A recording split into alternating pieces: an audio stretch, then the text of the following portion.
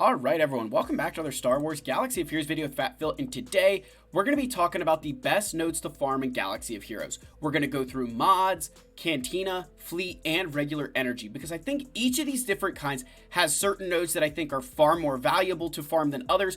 We're going to get into why I farm this way, and I want to make sure you guys understand something, that all of these recommendations I'm making are tools, tips, tricks that I've used to take my account to where it is. So I am someone, and again, I want to make sure that you guys understand this. When I tell you guys to do something, like I'm putting my money where my mouth is. I'm almost staking my reputation on it. That I'm not telling you to do something that I didn't do or that I wouldn't do myself, right? So I want to get that off my chest. I want to make sure you guys get that. So like and subscribe, comment down below, let me know your thoughts. Channel members, I do apologize again, guys. I promise I've got some time coming up that I'll be able to really make sure we get these graphics under control. So I appreciate you all. Let's get in here. Let's start with mod energy. So mod energy, again, I would say mods are kind of outside the big three, right?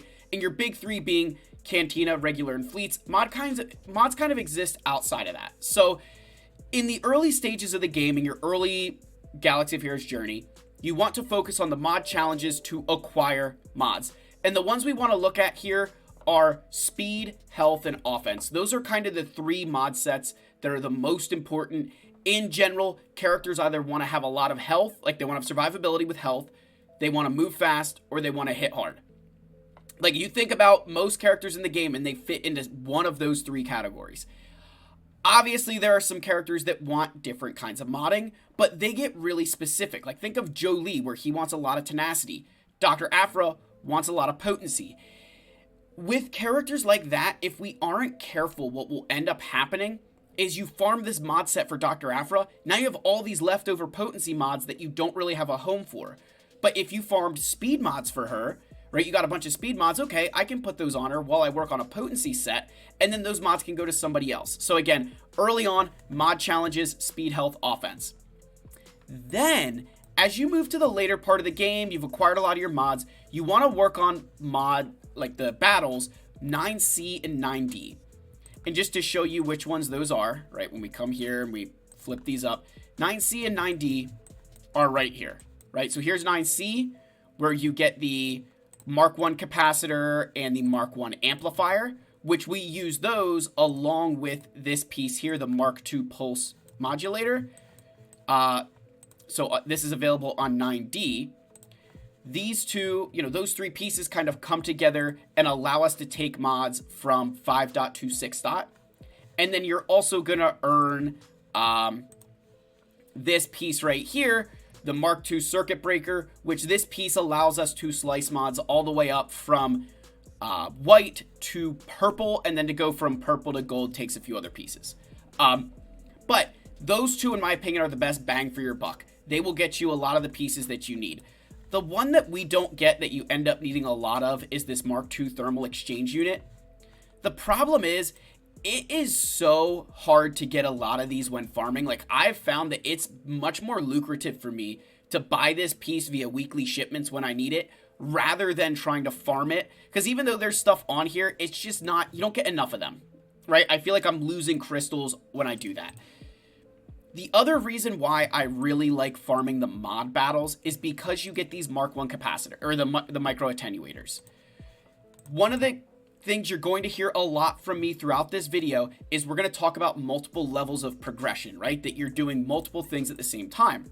So when you're farming these slicing materials and you're getting the calibration mats, you're making two levels of progress. One, you're giving yourself the stuff you need to make those mods better objectively. And by objectively, I mean slicing. Whenever you slice a mod, that it's objectively getting better. For example, this one on Darth Bane. If I slice this mod and it rolls tenacity, it's objectively a better mod. It has more stats than it did before. Whereas calibrating, if I take away some of this tenacity and it rolls to speed or health, the mod subjectively got better. Yes, it's a better mod for Darth Bane, but it didn't increase the stats on it, right? I took from one stat and I gave it to another one. So that's why I say that it's kind of a two level of progression, where slicing will objectively make that mod better. Calibrating is more of a subjective kind of thing, where unless you roll the same stat and get more of it. Like if I go from 5% tenacity to, I don't know, 8% tenacity, okay, the mod, objectively got better. But normally with calibrating, you're moving one stat and moving it to another one, which subjectively can make that mod better depending on the stat that it rolls. So again, that's why I kind of say that 2 levels of progression, you're not only earning the slicing materials, but you're earning the micro attenuators as well. And those are not available in mod challenges. When you do the mod challenges, you will not be earning any kind of micro attenuators. You get some ability materials, which can be nice early, but you're not going to get any micro attenuators. All right, so now let's transition to Cantina. So the first rule of thumb with Cantina, you want to get characters and ships. That's got to be the first thing, right? I know there's other stuff in there, but first, you've got to get the characters and ships that you need for your farms. That's going to be the most important thing in the Cantina. Because a lot of that other stuff, in some way, shape, or form, can naturally accumulate, but you need the character shards. However, there are certain characters that we can avoid in the Cantina because they're available in other locations. So take Moff Gideon. He's got a hard node and he's got a Cantina node. I find it far more lucrative to farm Moff Gideon's hard node and use the Cantina energy that I need for Gideon on another character, because I can get him via the hard node, right? There's characters that we cannot obtain anywhere outside of the Cantina, and I'd rather spend my energy on them rather than on someone like Moff Gideon, who I can farm a hard node for. It may take longer, but I'm doing more with my Cantina energy. With Old Ben and even Farm Boy Luke, they're both available for this Mark 1 raid currency, which is a really, really good trade-in value in my opinion. You're going to have so much of it, and I think that especially in the early game before you need a lot of that gear, if you can use your Mark 1 raid currency to buy some of these characters, I think you will be miles ahead. Because again, you're going to be able to work on more of those characters in the Cantina and save yourself later on down the road when you need other things. Biggs is another example where we can buy him in the Galactic War Store. Don't ever farm him in the Cantina. Galactic War currency, please, I'm begging you. There's Farm Boy, and then even OG Kylo Ren, he's actually available in the Guild Store. So if you've never got Supreme Leader Kylo Ren and you're like, oh man, I may have to farm this guy in Cantina battles, don't. Go buy him in the Guild Store with your Mark II raid currency. It's really not that expensive to do this. Like, you're gonna get, I think it's what, 6,000, like 600, I think it's 6,600 guild currency. Mark 1 raid currency will get you a 7-star character at this 200. Like, that's nothing, right? Like, you'll be fine. So that's characters I would avoid in the Cantina. And then, of course, you got your characters, you got your ships. You've got to worry about signal data. Signal data is the bane of everyone's existence, right? It's the hardest, some of the hardest stuff to farm, and unfortunately, the only nodes it's on are in the Cantina. With the Cantina, again, you got your characters, you got your ships, you have to get them. Then it's all about just farming signal data. The nice thing with signal data is that you can earn Omicrons, and this is the only location in the Cantina that you can earn Omicrons, right? Like, you can get these, and I can tell you that I'd say I'm probably averaging about 40 mats a year. That I get about 2 full Omicrons out of all the Cantina refreshes that I do. And I'm primarily just farming signal data, so if you're farming some characters in there, figure that you're probably looking at an extra Omicron a year. Now, again, that doesn't sound like a lot, but that's bonus, right? Like, this is not a, oh, this is your only place you get Omicrons. This is a bonus Omicron. Like, you're just getting these because you're farming the signal data. So, again, another multi-level of progression there where you're getting 2 for the price of 1. So, very much like, your signal data. Again, these are a no-brainer, right? I feel like everybody knows that signal data is important. So, we can move on with the Cantina. So, now we're going to talk about fleet energy. Now, again, with fleet energy, ships and tunes first. And this one I want to really hammer in with you, because with signal data, you will get into some of those positions where, okay, I don't need Tusken Warrior yet. I'm not really ready for Dr. Aphra yet, so I'm just going to farm the signal data. With ships, on the other hand, what I'm going to tell you with your fleet energy, you really want to focus on the characters and the ships that you need, even if they're, and when I say need, maybe not even need currently, but that you're going to need down the road at some point. Because one of the biggest mistakes I see is the players who, they go in and they start getting the Gear 13 gear, which we'll get to here. They just start farming Gear 13 gear out of the fleet nodes. and then they don't have ships like TIE Defender or Jedi Knight Anakin, or they don't get Scout Trooper. And then when it's time to go and do that farm, they're miles behind where they need to be because they never built these things with your fleet energy. I can tell you that when I was playing catch up to like the top end players in the game, the vast majority of my fleet energy was not going on relic materials. It was actually going on getting ships, right? I was constantly farming the ships and the characters on these nodes because I knew at some point in time I was going to need them. And it has paid dividends for me that I was working on like Lando's Falcon long before I ever had a need for Rey. Same thing even with the Star Fortress. Where's that stupid ship at? Like the Star Fortress, same thing.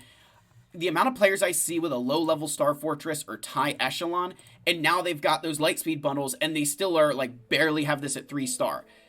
It is going to be so important to get these things, so constantly be farming these throughout your entire journey. Even characters like Omega, who I just talked about the other day. Omega is so important here because what happens when that Crosshair Legendary comes and everybody needs Omega? Because there's so many players who do not have Omega, and they've got a full Bad Batch. So mine might not have gear, but she is 7-star. She's ready to go. So with fleets, you really want to make sure the majority of your energy is going towards ships and characters, so that way you don't fall too far behind on those things. Then we can talk about the relic, what nodes to farm. I have 3 in particular that I kind of target regularly. The first one is 2E. So 2E is your fusion furnace. And the reason I really like this node is because there's some obviously this piece is really good, but so many characters need this thing, right? I mean, Geonosian Brood Alpha needs 150 of these himself.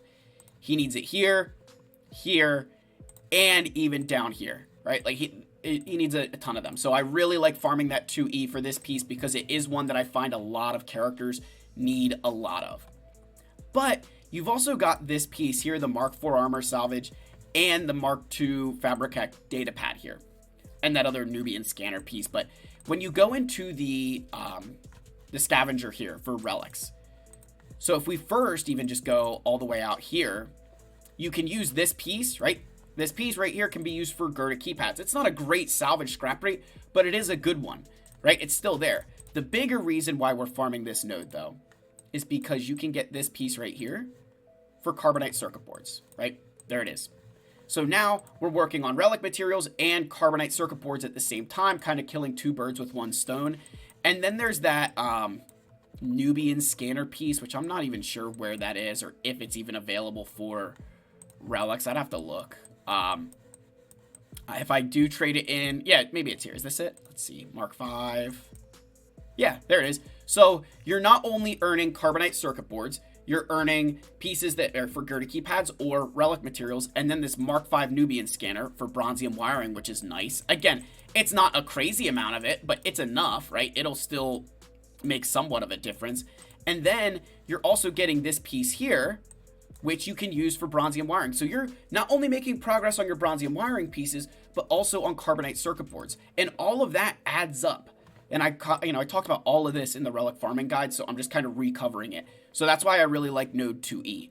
And then we've got 3A and 3, where's it at? Nope, skipping ahead a little bit. 3A and 3C. Again, those are both really good nodes. 3A for the computers. These are a nice piece. Again, some pieces that we can scrap for other salvage. You do need a lot of these computers, but the real reason I like them is because they are available to get scrapped into Zimital cards. And these can be a pretty big bottleneck, especially in the early game. And even as you get later, it's nice to kind of, hey, I'm going to farm these for this, and then I can use my currencies to buy impulse detectors and Gerda keypads where necessary. So it's just kind of trying to figure out where you're going to get the most bang for your buck out of those things. And then finally 3C, which is the HoloLens. Again, very similar. This is a piece that a lot of characters need, and there's some decent gear on this where we can earn stuff for carbonite circuit boards. And this is a core gear piece that we can even trade in at other times. But those are kind of the 3 main pieces I farm out of the fleet nodes. There are others I cover in my relic farming guide. That is a whole playlist that you guys can go check out. Finally, regular energy, light side, dark side nodes. What do we do with this stuff? So the biggest thing is your tunes and ships. You've got to farm your characters, your ships with this energy. I can't tell you how often I run into it and you're like, guys, you've got to be farming these things. You know, I know that it can suck, but I'm telling you, it's so important that you spend your energy farming these things because you're going to need it, right? Like the Y-Wing. Gotta farm this thing. So I'm just, I'm going through it and I'm like, hey, just make sure you guys are paying attention here, that you're doing your light side, dark side, farming the ships and take it, and the stuff that you need. Even something like Fennec, maybe you're not going for Jabba yet, but it's not a bad idea. Like, you got to get your extinction class bomber or vice versa, right? That you're going to make some progress along the way while doing other stuff. So it is important that you're constantly circling back and ensuring that you're getting some of these nodes done, even if you don't need that character at the current time, because getting behind on hard nodes is way harder to overcome than getting behind on gear. I can promise you that. I would much rather be behind. I'd much rather have a bigger gear hill to climb than character shard hill to climb, because it's far easier for me to obtain gear. There's other avenues we can use. Character shards, it's a lot harder. So I want to preface going into this first that you've got to prioritize your gear, your shard farming first. But then I'm going to tell you, before we get into the best 2 nodes to farm here, avoid light side 1D. I hear so many people talk about this and they're like, oh, I need carbonite circuit boards. Light side 1D is the best place to go. I can completely disagree. I will debate it until the ends of the earth. The big reason here is because it's a 1 layer of progress. You're just farming carbonite circuit boards here. That's it. It's the only place that you can, it's the only thing you're getting here is carbonite circuit boards. So it's not helping you with anything else. You're just getting one singular piece. It's not this really great trove. Like, yeah, you can get some good amount of carbonite circuit boards here. But as I show in the relic farming guide, there's a pack that you can spend 500 crystals on, and you have a 65% chance, at least from my, back of napkin math, it's like a 65% chance to about break even in crystal expenditure from that pack to light side 1D, right? Like, if you spend 500 crystals on light side 1D, you're going to earn about the same amount of carbonite circuit boards as you would from that pack. That's really worth that risk. I'm telling you right now, it's very much worth that risk to me to at least break even on that pack. I really, really don't like farming this node because I don't think it offers enough to you. It's just it's a mediocre node in my opinion. That is like an emergency. I need carbonite circuit boards today. There's no pack. I have to do this. Fine, but avoid it. It's not worth it. There's far better nodes to farm. So the next node that I'd kind of put on the list here is Darkside 8A. I personally would only farm this node for Darkside tickets, and that's this one here with the laptop Kyrotech. The big reason why is that you don't need as many of the laptop Kyrotech as we do Shock Prod, but also just the value of these pieces is not really worth the same salvage scrap rate. You can still get some bronzium wiring here, a little bit of carbonite circuit, or a little bit of carbonite circuit board, some bronzium wiring, but really it's just not worth it. It's far lower conversion rates, and because you need so much less of these, you're way better off using your currencies. Of course, I don't have any available right now, but you're way better off using your Grand Arena currency, get to purchase this stuff, and farming the greatest node ever invented in the game, Lightside 7B. This is the most important node. It is the one that I farm more than anything else now. It's awesome. So it is the Shock Prod node, right? And it has so much stuff on it. So let's first just take a look at this node. Lightside 7B, you got your Shock Prods here. Then we've got these laptops. We've got this Mark 7 armor mod piece. And we've got this Fabritech data pad. So why is this node so important? Just look at the conversion rate here. That data pad is right here. Right, here's that data pad just to prove, right? Look, here it is on this node, Lightside 7B. So you can earn, if you get even, look at this, you can get about 50 of these is worth almost 11 carbonate or bronzium wirings. If you ever wonder why guys like Arnold constantly complain about bronzium wiring, it's because he doesn't need Kyrotechs anymore. He's so far advanced in the game that he doesn't farm Kyrotechs because he has everything in the game, and that's perfectly fine, right? That's part of the gig, but he also hoards all of his light side energy, all of his regular energy for when those galactic legends come out. He does all of his farming then, but he's not spending his energy on a regular basis, where I'm getting almost 11 carbonites or 11 bronzium wiring a day, something around there, depending on how many of these refreshes you can do. But I get about 50 of these pieces a day, even if it was only like, you know, say 30.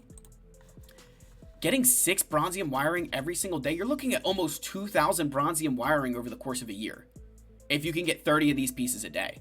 And then on top of that, you're also getting the Mark V laptops, which I get, it's not nearly as good of a scrap rate, right? But you also get these via, you know, your gear challenges. So you're going to get a lot of these, but you can eventually scrap some of these. So say you get another, you know, few of these every single day. I mean, it's not a lot, but it's better than nothing.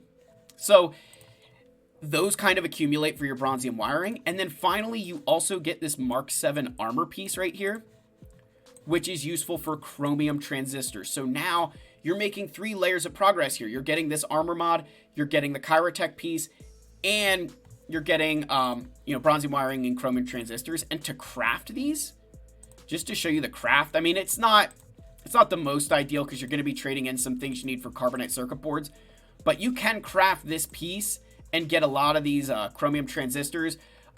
But I wouldn't really do that. I would just trade in the salvage when you get it. Even though it's not a lot, it's better than nothing, right? It does accumulate over time, and it does help alleviate a lot of that crunch that you feel for these materials.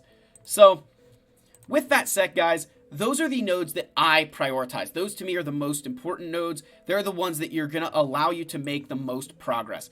So again, just to kind of recap, early in the game, you're focusing on your mod challenges because you just need to acquire mods. Then mods 9C and 9D are the best places, in my opinion, because of the return on your investment comparative to the crystal cost. Then for ships, again, or for the Cantina, characters and ships need to be priority 1 for the current farm. And I maybe should have said that earlier, for the current farm. So like, hey, I'm going for Leia, I'm going to get Captain Drogon, and then I'm going to farm signal data. Avoiding the characters where we can get them in other locations with different resources, because Cantina is such a hard, like, it sounds easy because it's the fastest way to get characters from nodes, but it is so hard to justify it because signal data is that valuable, right? With your fleet energy, again, you want to prioritize characters and ships more here than the gear, because getting behind on these characters and ships can set you back months. Whereas the gear, okay, we can use our raid currency to offset some of that, but some of these things, they're not available. You don't get them anywhere else. And then finally, with your regular energy, again, we got to get your characters and ships, but we really want to focus on light side 7B. The only time I farmed the computers, and I probably forgot to say this because I'm so excited, but the only time I farm computers is dark side tickets. When I'm farming my dark side tickets, that's when I farm these things. Otherwise, it's all about light side 7B. Avoiding light side 1D, just not good enough. And if you guys ever want more clarification on these nodes, I have my relic farming guide for all the different places where I talk about this stuff, kind of go in some more into the detail, give you guys good examples of that math. So that's the end of the video. Let me know your thoughts. If you're still watching, Wampa is king in the comments. I love you all. May the force be with you, and I will see you in the next one. Cheers, guys.